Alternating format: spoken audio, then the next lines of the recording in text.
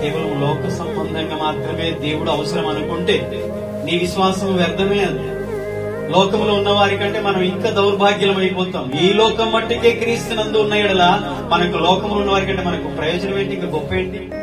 కాదండి. క్రైస్తవుని గురి పరలోకం తెలుసా. ఇక్కడ కళ్ళు మూస్తే ఎక్కడ కళ్ళు తెరుస్తాం? నరకమా పరలోకం? ఎక్కడ కళ్ళు తెరుస్తాం? నిరీక్షణ ఉందా క్రైస్తవుడికి? ఈ రోజు క్రిస్టియానిటీ ఎడిపోతుంది, పక్కతో పట్టించాడు సాతాను. ప్రపంచంలో క్రిస్టియానిటీ సమాజం, క్రైస్తవ సమాజం ఎటు వెళ్తుంది?